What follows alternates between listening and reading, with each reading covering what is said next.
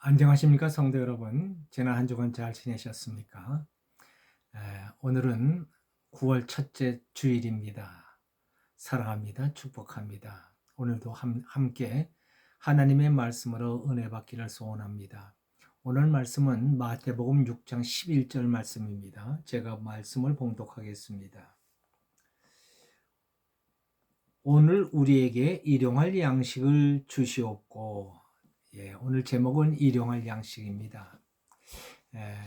우리 주님께서 이렇게 기도하라 하시면서 우리에게 기도를 가르쳐 주신 그런 내용 중에 오늘은 일용할 양식입니다. 일용할 양식을 위해서 기도하라고 말씀하셨죠. 그러면 왜 예수님께서 우리에게 일용할 양식을 기도하라 하셨는지 그 뜻을 한번 생각해 보겠습니다. 예수님께서 우리에게 비유로 말씀하신 중에 누가복음 12장 16절로 21절 말씀이 있습니다. 한 부자의 이야기입니다. 한 부자가 있었는데 농사가 잘 됐습니다. 풍작이었습니다. 그때 그 부자가 생각하기를 곡식 쌓아둘 곳이 없구나. 곡간을 헐고 다시 크게 지어서 거기에 두어야겠구나 라고 생각을 했습니다. 그리고 그가 또 생각하기를 내 영혼아 여러 해 쓸 물건을 많이 쌓아두었으니 평안히 쉬고 먹고 마시고 즐거워하자 그랬다는 겁니다. 그때 하나님께서 그것을 보시고 어리석은 자여 오늘 밤에 내 영혼을 도로 찾으리니 그리하면 네 예비한 것이 네 것이 되겠느냐 그러면서 하시는 말씀이 자기를 위하여 재물을 쌓아두고 하나님께 대하여 부여하지 못한 자가 이와 같으니라 이렇게 말씀하셨다는 겁니다. 결국 이 부자의 모든 수고와 꿈은 한낱 물거품이 되고 말았다는 얘기죠. 이 비유에서 이 부자의 잘못이 무엇인지를 한번 생각해 보겠습니다. 첫째로 그 부자는 이 양식은 하나님의 송환이라는 사실을 몰랐습니다. 이 부자에게 가장 결정적인 문제는 이 양식, 이것은 내 것이라고 생각한 것입니다. 내가 농사 졌고 내가 땀 흘려서 농사 졌고 또 내가 거두었으니 이것은 내 거다라는 생각을 한 것입니다. 그래서 그는 그렇게 말하죠. 내 모든 곡식과 물건이라고 이렇게 얘기합니다. 그런데 주님은 우리에게 있는 양식은 너희 것이 아니라 하나님의 것이다 라는 사실을 우리에게 가르쳐 주시는 겁니다. 옛날 우리 조상님들은 농사 짓기 전에 먼저 천신 제의를 드렸고 또 추수가 끝나면 감사 제의를 드렸다고 합니다. 왜 그리 했습니까? 하느님이 도와주시지 않으면 농사가 안 된다는 것을 너무나도 잘 알고 있었기 때문입니다. 또 추수를 거둘 수 있는 것이 전적으로 하느님이 도와주셨기 때문이라는 것을 알고 있었기 때문에 감사했던 것입니다. 하나님도 모르는 우리 조상들은 하느님 덕분에 산다고 생각했습니다.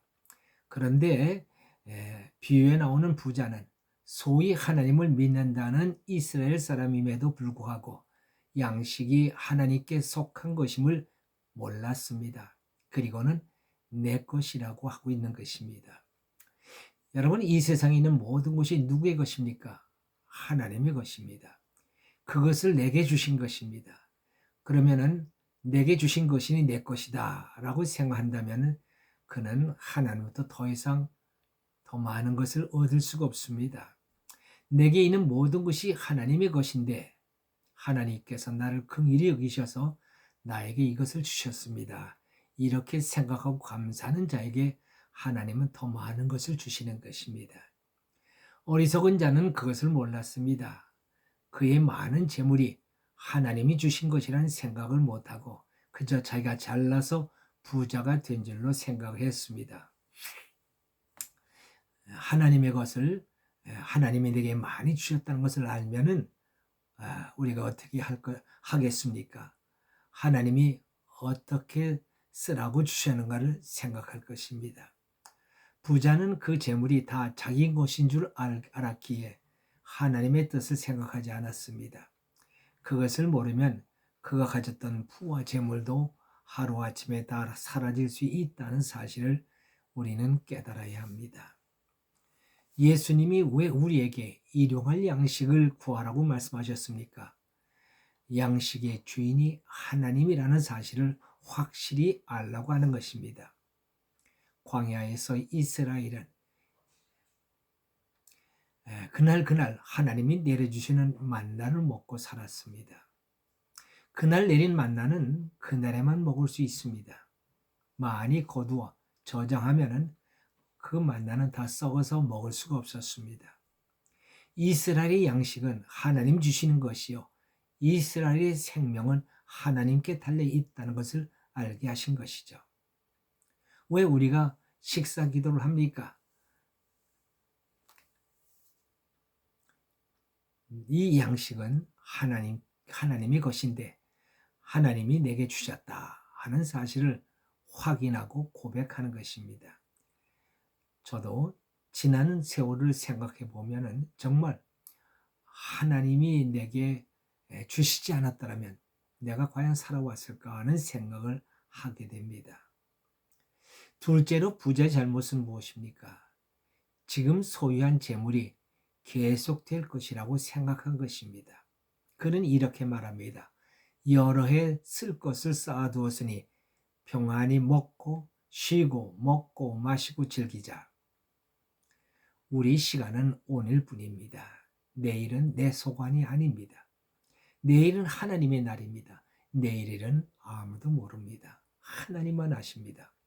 아무리 내가 오늘 많은 것을 가지고 있어도 그것이 내일도 내가 가지고 있으리라고 장담할 수 없는 것입니다. 언젠가 저의 외사촌이 갑자기 찾아왔습니다. 허름한 옷에 궁색한 표정이었습니다.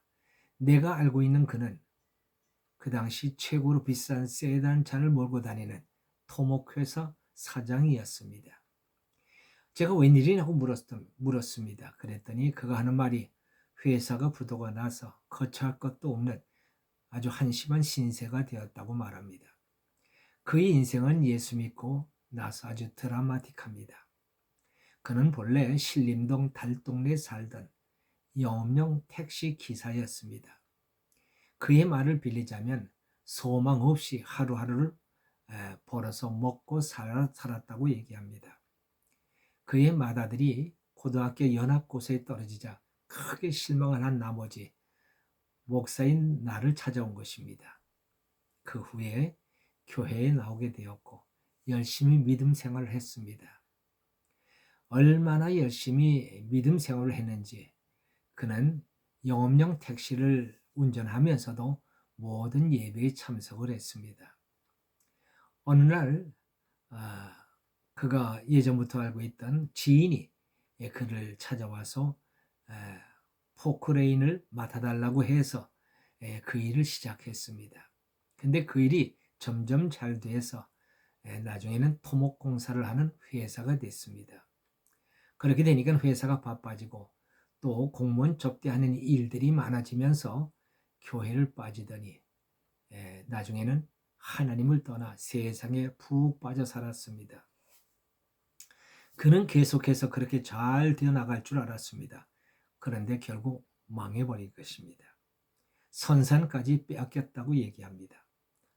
망하고 나서 갈 데 없는 신세가 되고 보니 여기 이 목사가 다시 생각이 난 것입니다. 처음 찾아올 때도 빈털터리였는데 이제 또 빈털터리가 돼서 목사를 찾아온 것입니다. 나는 그에게 국밥을 대접하면서 돌아온 탕자 이야기를 해주면서 그를 위로했습니다. 그리고 그에게 용기를 주었습니다. 믿음 생활을 다시 시작하라고 권했습니다. 부부가 다시 교회를 다니면서 믿음 생활을 시작했습니다. 열심히 믿음 생활을 했습니다. 그런데 생각지 않았던 일이 생겼습니다. 먼저 거래했던 회사에서 큰 공사를 주어서 다시 사업을 하게 된 것입니다. 하나님은 참으로 좋으신 분입니다. 돌아온 아들에게 금가락지를 끼워주시고 값비싼 옷을 입혀주시고 살찐 송아지를 잡아주셨던 것처럼 그에게 다시 일할 기회를 주신 것입니다. 내게 있는 재물, 내 것 아닙니다. 시간, 그것도 내 것이 아닙니다. 부자는 그것을 잊어버린 것입니다. 지금이 내게 있는 재산, 그것도 내일이면 어떻게 될지 모르는 것입니다. 하나님이 취하면 하루아침에 다 사라져버릴 수 있는 것입니다. 부자는 그것을 몰랐습니다. 셋째로 부자는 재물을 자기를 위해서 쌓는 일이 꼭 자기를 위한 일이라고 생각했습니다. 그래서 그는 자기를 위해서는 재물을 열심히 쌓으면서도 하나님께 대해서는 부유하지 않았습니다. 하나님을 위해서는 인색했다는 얘기죠. 그는 정말 어리석은 사람이었습니다. 왜? 그는 진리를 몰랐기 때문입니다. 마태복음 6장 19절로 20절에서 예수님은 이렇게 말씀하셨습니다. 너희를 위하여 보물을 땅에 쌓아두지 말라. 오직 너희를 위하여 보물을 하늘에 쌓아두라고 말씀하셨습니다. 너희를 위하여 땅에 보물을 쌓아두지 말고 하늘에 쌓아두라고 예수님은 말씀하셨습니다. 그러나 어리석은 사람들은 땅에 보물을 쌓아두는 것이 곧 자기를 위한 것이라고 생각을 합니다. 진정으로 자기를 위한다면 보물을 하늘에 쌓아두는 자가 되라는 말씀입니다. 부자는 많은 재물과 곡식을 가졌고 그것을 자기를 위해 쓸 생각을 했지만 결국 자기를 위해서는 아무것도 쓰지 못하고 결국 남 좋은 일만 하게 됐습니다. 많은 사람들이 자기를 위해 사는 비결이 무엇인지를 모르고 살아갑니다. 물질을 사용하는 방법을 모릅니다. 하나님께 대하여 부유한 것이 곧 자기를 위한 것이라는 진리를 모릅니다. 하나님께 대하여 부유한 것이 무엇입니까?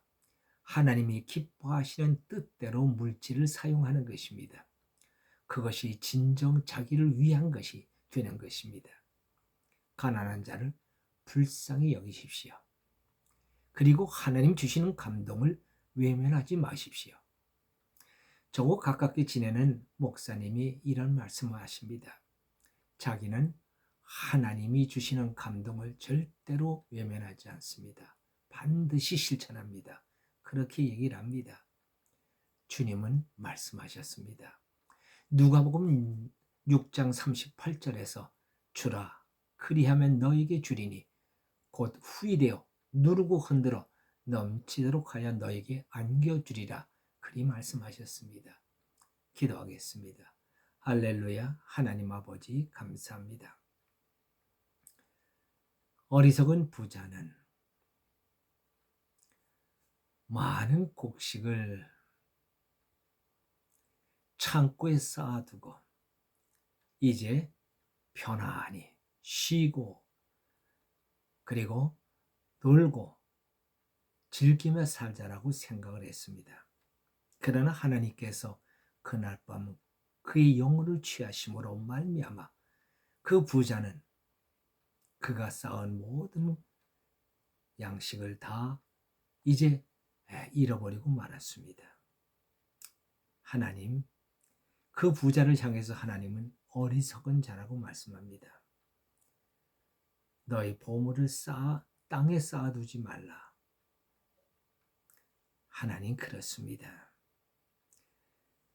땅에 보물을 쌓아두는 것이 자기를 위한 것이라고 생각하지만은 그것이야말로 어리석은 자라고 우리 주님은 말씀하시는 줄 압니다. 주여, 하나님께 인색한 자가 되지 않게 하옵소서. 주님의 말씀, 또 주님께서 기뻐하시는 뜻이 무엇인 줄 알고 우리가 가진 것을 하나님의 기뻐하시는 뜻을 따라 사용할 줄 아는 저희들 모두가 되게 인도해 주시옵소서. 때로 하나님께서 우리에게 감동을 주시는 줄 압니다. 그것이 곧 하나님의 뜻이요 하나님의 기뻐하시는 마음인 줄 아오매.